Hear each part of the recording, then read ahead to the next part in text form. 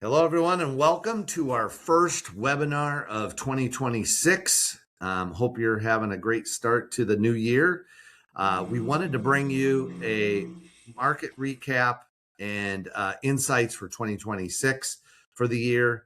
So I'm Erik Brenner. I'm the CEO and founding partner of Hilltop Wealth Tax Solutions, and I have Matt Aurenz here, one of our private wealth advisors. And Matt, thanks for joining me today. You're welcome. Thanks for having me. Yeah. So I wanted to give a recap of what happened. Matt and I will go over kind of what happened in 2025. Certainly ended up to be a good year. And I know going into 2026, folks have a lot of questions, Matt. So we're going to dive in and give you some really good information over the next many minutes. So let's go ahead and get started if we can. So I'll just start with the recap, Matt. The S&P finished, up a year 16.4%. Really, when you look back, pretty phenomenal with everything that went on. And Nasdaq, gained. Certainly, you see over 20%. Dow Jones climbed 13%. Matt, as we were thinking about 2025 and wrapping up as our investment committee, what are some of the highlights there? Just seen market resiliency. And at the end of the day, we kind of talked about this over the years, is the market just likes an idea or some certainty of where things are going, what's trending, are companies profitable, are consumers spending, is unemployment numbers, are they healthy and strong? And, there was a lot of headwinds throughout last year. But at the end of the day, it seemed like most of those things were trending in the correct direction. And I think that just built some resiliency for the investor to say, we have some confidence in equity markets. In the Fed, lowering rates throughout the year also helped. So those things paired together, I think, just provided a strong year overall.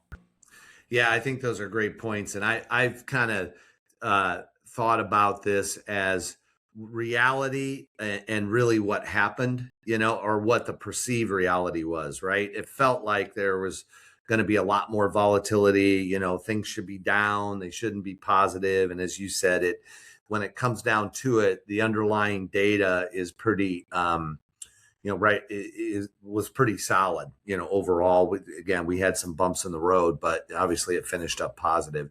The Federal Reserve, that's certainly been a big topic, Matt, over 2025, especially with some rate cuts and, an upcoming change in Fed chairman. How are we thinking about that from last year and then moving forward? I think at this point, it's just really the market trying to price in where they think rates are going to go based on that underlying data. And at this stage of the game, I think the market is really looking for a potential of 2 rate cuts for 2026. And we saw a good number last year, which I think really just helped overall get some market activity going, stimulate the economy a little bit. And, when you look at this slide here, these are just kind of some projections of where the market and economists believe Fed policy will end up for the year. So really not too much in the way of rate cuts, but when you pair that with what are they trying to accomplish, it's really just continuing to control inflationary measures. And obviously that's a difficult one for most people to have that, realization that yes, goods are not climbing as much as they were. What's increased in the past is kind of lingering and sticking around, and cost of goods and spending on products, that type of stuff has just accelerated, and it's much more expensive today than it was several years ago. But that forward forecast of how much are these products going to increase in the future is coming down to traditional inflationary numbers, and that's really kind of what the Fed is keying on at this point. And so depending on where that goes and where labor goes, consumer spending, all of those things kind of coming together, that will continue this glide path for what the expectation of Fed policy will look like. Yeah, and obviously these are all projections, but that gives us at least an idea of what they're thinking. When we move on and we start talking about the snapshots overall, you mentioned it already. I mean, the unemployment number um, still moderate, but crept up a little bit. Particularly, we saw that in kind of the younger unemployment rates. Job growth a little weaker. Maybe touch on that and kind of we always talk about jobs, and it's really critical to our economy. I think the job growth is kind of a difficult one, right? You're comparing a lot of job growth based on the last couple of years, and you got to remember we're still not too far removed from COVID. So we had this massive acceleration in job growth after everybody was getting back to work, and that is weakening. It's still positive, it's still growing, which is good, but we're really not at the rate I think a lot of people would love to see robust numbers. But there's going to be ebb and flows there. We're still seeing a lot of baby boomers shifting into retirement. And so as they leave and the younger generation is picking up those jobs, you're not necessarily seeing massive growth. You're just seeing replacement.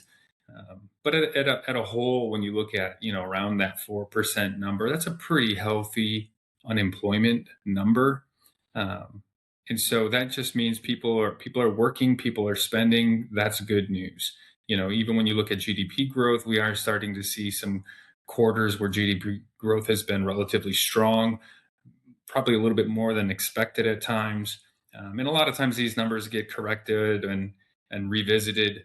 But in the grand scheme of things, we are seeing some pretty healthy numbers overall to sustain a growing economy. Yeah, I would agree. Again, we go back to the data, right? And kind of what the data says. So because this was a market recap and thinking about 2026, Matt and I wanted to maybe share a few more graphics than what we typically do and try to fill people up with a bunch of data, Matt. But, these are just some of the indicators we get from our partner Helios Quantitative Research that we work very, very closely with. And, getting these data points, thousands of data points. But let's just kind of highlight, what they would call recession monitors, 6 key areas here. Well, I think the main point to stress on this is in good news. All of them are positive at this point to finish out the year, and I think that is kind of what we see often. You'll have these random declines in one indicator or another indicator, but at this point of the game, the good news is it finished the year strong. And I think we're going to have headwinds this year. I think everybody realizes that. That's no secret. There's going to be headwinds, but it's really just how the market navigates that. It's going to be how government policy navigates that, the Fed navigates that, and so there's just a lot of moving components. But when we see positive indicators, it does kind of alleviate a little bit of the stress of, hey, the feelings of which we often hear and we have ourselves of just it just feels difficult right now, or it feels like something is going to pop, right? There's going to be this burst, and that might happen. But at this point, right now, the economic activity would suggest we're not there right now. Yeah, and I think this chart really points out the red. I mean, you see in every indicator at some point last year, I mean, we were in the red, and thought that the data might continue that downward trend. And then it just, it popped right back. And a lot of times it popped back with, pretty substantial changes, from one month to another, Right. which, as you said, resilience, it really, stated positive for us. Yeah, and I think some of that is just, when you look at that data of when those dates were, some of it is initial shockwaves of tariffs being released, and then greater clarity in what the tariffs are going to look like, or deals being put on the table, or kicking the can down the road, and so you have some of these ebb and flows where there's an initial reaction on policy changes, tax law changes, government shutdowns, all of those things happening on a regular basis, it seems like. And so business owners, consumers, they're trying to pivot and navigate to make the best decisions with the information that they have. But as time progresses, You just got to give it a little time to get the real data and what's going to shake out. And that's kind of what we're seeing a lot of what happened last year. Yeah, yeah, it's a great point. So if we move on, this was a slide, and some graphics that we had talked about as a team, and was kind of surprising when we got the information, right? So, again, this is a surprise and delight kind of 2025. Most people are surprised, but they're delighted that their accounts are up and they made Right. money. And it really it really looks back for us too over the years, and we've both been doing this a long time. How many highs during the year, you just never know when it's going to be the high and when it's not, and you just need to really make good decisions. So what are the highlights of this besides all-time highs on an S&P 500? Yeah, I think the highs are great. Everybody loves getting to new highs, but then everybody has this, okay, we hit a high, now we're going to have this pullback. But I think that this does give us some reflection to hitting all-time highs is not something new, especially in periods where there has been strong growth in, new development in technology and those types of things. I think this does, though, point out that you do need to stay actively managed in your account, right? So even though we had ups and downs throughout the year and that was trending upward, there are points where you say, I need to really make sure that I'm capturing my profits along the way. I'm de-risking when it's appropriate, and that active management really softens and smoothens out the dips and the rises, and it just gives a greater experience for the individual investor to capture when you do have some highs. Take some profit, and when you got some lows, try to buy in. And so that active management that we're doing, I think, is really helping um, alleviate some tensions when you hit all-time highs. Yeah, it's a great point, and the chart really sums it up. Like you said, the last few years. I mean, well, 2013, you see all each year and the all-time highs for most years, right? Had all-time highs, but yet you look back prior to that, and there's not a lot of them. So Right. that's where the active management certainly, um, you know, really comes more to the forefront in how Right. to make sure you're managing the assets. Um, so shifting gears a little bit, Matt, we want to talk a little bit about some key tax law changes. And it was a big one, July 4th, the one big beautiful bill. A lot of the law within the law made things permanent. So the good part is we got that kind of out of the way earlier in the year versus wait until December. So I know for us in planning, it certainly made things a bit easier. So the big beautiful bill takes into effect, and a lot of them, are rolling into 2026. So the federal tax brackets made permanent and they're inflation adjusted. Those brackets were due to expire and go back to old law 2018, when the Tax Cuts and Jobs Act was the last major overhaul from a tax perspective. Standard deduction increases. So we had a rise for filing statuses, right, beginning in 2026. So what that ultimately means for folks is, you can shield a bit more income. This expanded SALT deduction, Matt, maybe you want to comment on that. That was a nice add back, if you will, temporary, but yet it's back into the law, and the caps were changed. Right. So the cap going from 10,000 up to 40,000 with a phase out that begins at 500,000, and kind of you're out of that ability to claim the full 40,000 once you've hit 600,000 of income. But it's really just saying state and local tax. So property taxes, state income taxes, giving the people the ability to claim up to 40,000 as opposed to a $10,000 cap, which for a lot of people, especially as property taxes and home valuations continue to rise, or just that income tax that they're paying on the state level, for a lot of people that was above 10,000. With that cap being there, it really became difficult for a lot of folks to itemize, and this is going to give them some ability to potentially itemize their deductions, which they haven't been able to do in years. over that standard deduction because that standard deduction has climbed so much.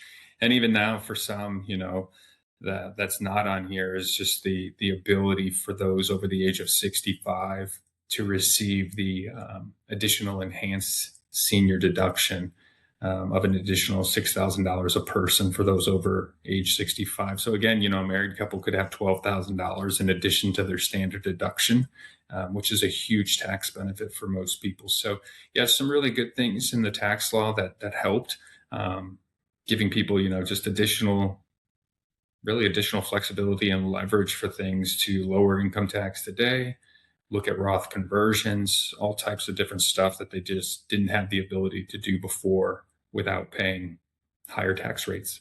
Yeah. And that, speaking of Roth conversions, that catch-up rule is we see as a kind of a major thing for what they call highly compensated employees. So the new law says that if you're a highly compensated employee and you're doing catch-up in your retirement plans, that catch-up amount cannot go pre-tax. It has to go into a Roth. And so that for us really just cemented that the government, they love Roths because they get their money today. So they really are saying, want to go after tax. So we saw that as a big benefit. Some expansion on 529 plans, child tax credits updated, charitable deduction. This is one, Matt, that they've changed some rules around there for itemizers and non-itemizers. So I think people should become familiar for 2026. You get a little more opportunity to possibly take some charitable deductions against your income. And then Social Security wage base increase as well. In other words, how it looks from a wage perspective. So that, there certainly, there were hundreds of pages.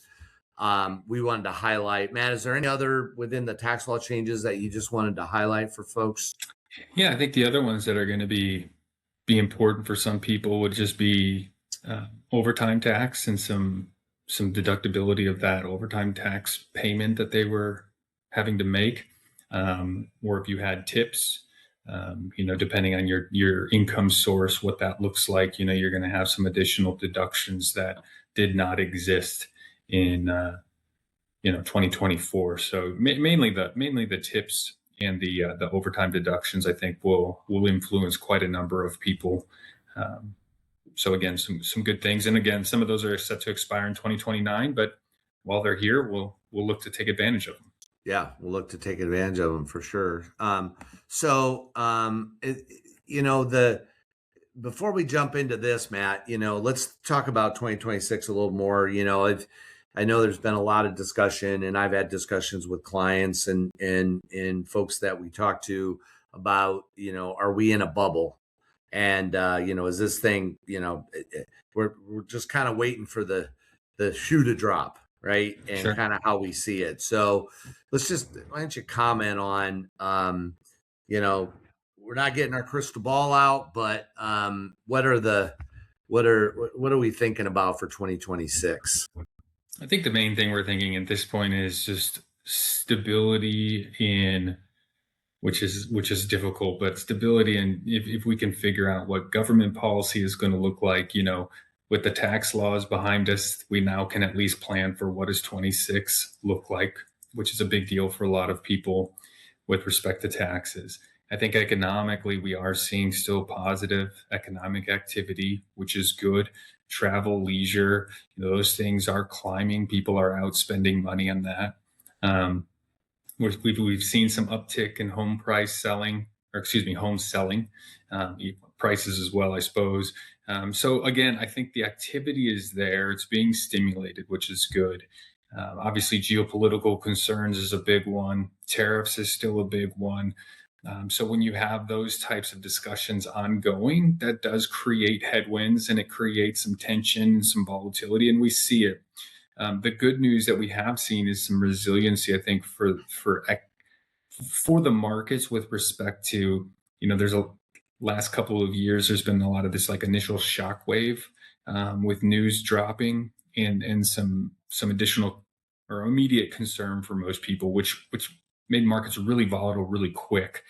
We are beginning to see that soften. Whereas news comes out, it's less of a knee jerk response, and it's wait a minute to see what does this actually mean? Is this going to get implemented? Are these just external processing or thoughts, or is there an idea to create market turmoil? And I think that has helped stabilize some things for people to just make more rational database decisions as opposed to emotionally based investing decisions. And that's definitely helping. But overall, right now, it looks like economic activity looks pretty healthy. So I think we are looking for market growth this year. Should we expect another banner year? I don't know. I think we're early into that, but Q1 earnings will start coming out with corporations. That's going to give us some indication on what does the market feel right now, how healthy are companies, and we just adapt and we go from there.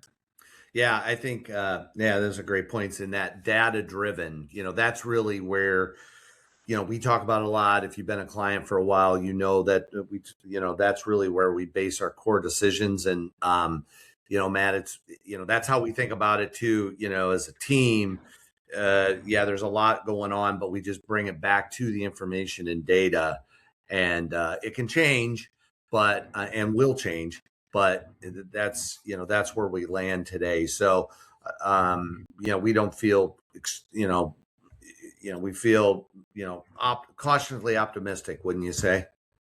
Yeah, I would agree. I think there's a lot of good opportunity out there still. I think there's a lot of planning opportunity for most people that goes beyond just market returns.